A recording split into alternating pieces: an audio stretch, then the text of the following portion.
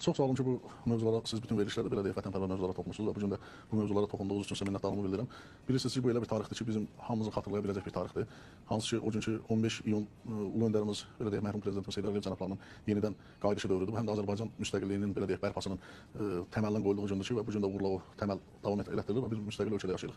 Biz bilirik ki, tarixdən hamımıza məlumdur ki, bir neçə, belə deyək, 90-cı illər ümumiyyətlə Azərbaycan xalqının milli azadlıq hərəkat ruhunun ən yüksək olduğu, pikətdə çatdığı illərdən biri olmuşdur və bundan əvvəl də biz bilirik ki, 18-ci, 23-cü illərdə bu hadisə baş vermişdir, amma çox təəssüf ki, müstəqilliyi biz o dövrü 18-ci ildə qazansaq da bunun belə deyək, davam etdirə bilməmişik, cəmi bunun ömrü 23 ay çəkmişdi.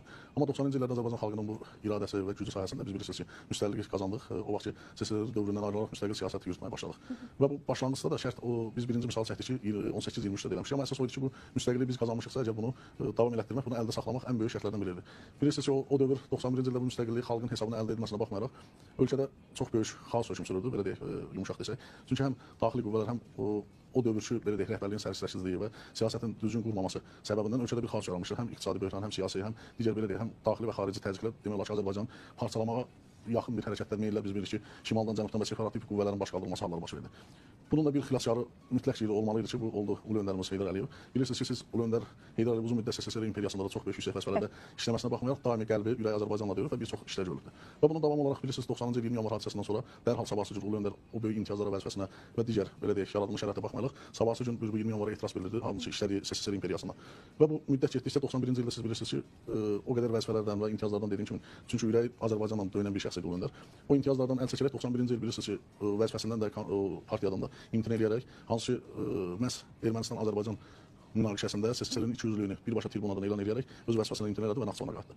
Naxçıvanda Ali Məclisin sədr müavini və sədr olan müddətlərdə də həm Naxçıvanın bilirsiniz ən gərgin blokadada olan bir yerdir. Oranın qorunması, saxlanması və oranın dirçəlməsinə ən böyük nailiyyətlər ulu öndərimiz Heydər Əliyev verdi və eyni zamanda da Naxçıvanda olmasına baxmayaraq həm də Azərbaycanın bütün işlə bu dərsiz bilirsiniz o dövrlər qardaş qırğınları Azərbaycanı bütün demək olar ki, ən güc qurumlarının, dövlətlərinin demək olar ki, bütün maraqları yerləşmişdir burada. Azərbaycan o günə gəlmişdi ki, parçalanırdı və bu gün biz bu müstəqil Azərbaycan bəlkə də Heydər Əliyev qayıtmasaydı əgər rəhmətlik biz bu günləri görməyəcəkdik. Və bu günləri Naxçıvanda işləyərək burada da öz işlərini gördülər və siz bilirsiniz ki, xalqın böyük təkidi ilə Heydər Əliyevin cənablarının Naxçıvanın Bakıya dəvət olunması bir proses başladı.